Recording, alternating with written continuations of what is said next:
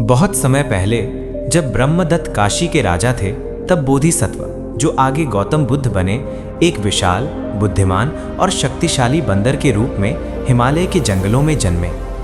वे इतने चतुर और दयालु थे कि सारे बंदरों की टोली ने उन्हें अपना राजा बना लिया। उनका नाम था महाकपि, महान बंदर। उनके नेतृत्व में बंदरों की टोली बहुत खुशहाल थी।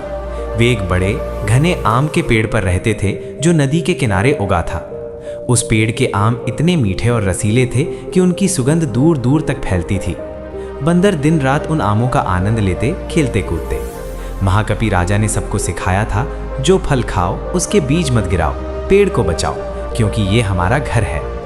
एक दिन उस आम के पेड़ की महक राजा की काशी तक पहुंची। राजा बहुत शौकीन थे फलों के। उन्होंने अपने सैनिकों से कहा, ये सुगंध कहाँ से आ रही है? जाओ ढूंढो और मुझे वो फल लाओ। सैनिक जंगल में गए और उस विशाल आम के पेड़ को देखा। पेड़ पर सैकड़ों बंदर आम खा रहे थे। राजा को जब खबर मिली तो वे क्रोधित हो गए। बोले, ये बंदर मेरे आम खा रहे हैं, इन्हें मार डालो, सबको खत्म कर दो। राजा ने सेना इकट्ठी की। धनुष, बाण, भाले, तीर सब तैयार। वे नदी के किनारे पहुंचे और बंदरों पर हमला करने लगे। तीरों की बौछार होने लगी, पेड़ की डालियां कटने लगी। बंदर डर से चीखने लगे। छोटे बच्चे बंदर रोने लगे। मादा बंदर अपने बच्चों को छिपाने की कोशिश करने लगी। महाकपि राजा ने सब देखा। उनका हृदय दुख से भर गया। वे सोचने लगे, ये मेरी प्रजा है, अगर मैं कुछ न करूं तो सब मर जाएंगे, पेड़ भी कट जाएगा। लेकिन राजा की सेना बहुत बड़ी है, हम कैसे बचें? तभी महाकपि के मन में एक योजना आई। उन्होंने बंदरों से कहा, डरो मत, मैं तुम्हें बचा लूंगा। फिर वे पेड़ की सबसे ऊंची डाल पर चढ़ गए। वहां से उन्होंने नदी को देखा। नदी चौड़ी थी, लेकिन दूसरी तरफ जंगल था, सुरक्षित जगह। महाकपि ने अपनी पूंछ को मजबूत बनाया। फिर उन्होंने एक डाल पकड़ी और पूरे जोर से खुद को झटका दिया। उनका शरीर इतना लंबा और मजबूत था कि वे नदी के पार तक पहुंच गए। उन्होंने एक मजबूत पेड़ की डाल पकड़ ली। अब वे दोनों किनारों पर थे। एक तरफ उनका शरीर पेड़ पर, दूसरी तरफ पूंछ और शरीर नदी के पार। वे चिल्लाए, सब बंदरों, मेरी पीठ पर आओ, मेरी पूंछ पर चढ़ो, मैं तुम्हें पुल की तरह इस्तेमाल करके नदी पार करवा दूंगा, जल्दी करो।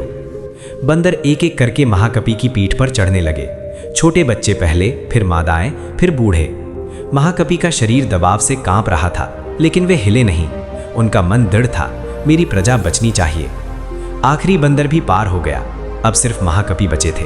उनका शरीर थक चुका था, लेकिन वे मुस्कुराए और बोले, अब तुम सब सुरक्षित हो, जाओ नया घर बनाओ।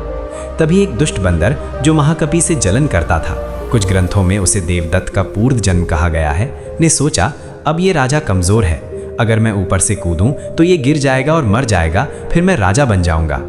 उस दुष्ट बंदर में जोर से कूद लगाई।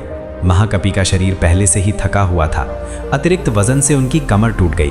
वे नदी में गिर पड़े, लेकिन गिरते समय भी उन्होंने अपनी पूंछ से पेड़ पकड़ रखा था ताकि बंदर गिर न जाएं। राजा की सेना ने देखा, एक बंदर ने अपनी जान देकर सारी टोली बचा ली। राजा स्तब्ध रह गए। उनका क्रोध शांत हो गया। वे बोले, ये बंदर राजा कितना महान है, उसने अपनी प्रजा के लिए सब कुछ त्याग दिया। राजा ने सैनिकों को रोक दिया। वे नदी में उतरे और महाकपि को बाहर निकाला। महाकपि का शरीर घायल था, लेकिन आंखों में शांति थी। राजा ने उन्हें सम्मान दिया। बोले, तुमने मुझे सिखाया कि सच्चा राजा वही है जो अपनी प्रजा के लिए जीता और मरता है। महाकपि ने कमजोर आवाज में कहा, राजन, फल सबके लिए है, क्रोध मत करो, दया रखो, जीवन क्षणिक है, जो त्याग करता है वही अमर होता है। राजा ने महाकपि का अंतिम संस्कार बड़े सम्मान से किया। उनकी हड्डियां एक स्तूप में रखी गईं। राजा ने उस आम के पेड़ को संरक्षित किया और बंदरों को कभी न मारने का संकल्प लिया। एक दिन जेतवन विहार में भिक्षु आपस में बात कर रहे थे। भगवान कितने दयालु हैं, वे हमेशा दूसरों की रक्षा करते हैं। बुद्ध ने सुना और मुस्कुराए। बोले, ये नई बात नहीं है, मैंने पहले भी ऐसा किया है। फिर उन्होंने ये कथा सुनाई। अंत में कहा, उस समय मैं महाकपि राजा था, दुष्ट बंदर देवदत्त था, राजा आनंद था और तुम सब मेरी प्रजा के बंदर थे। बुद्ध ने आगे कहा, सच्चा नेतृत्व त्याग में है। बुद्धि से समस्या सुलझाओ, क्रोध से नहीं। प्रजा का हित अपना हित है।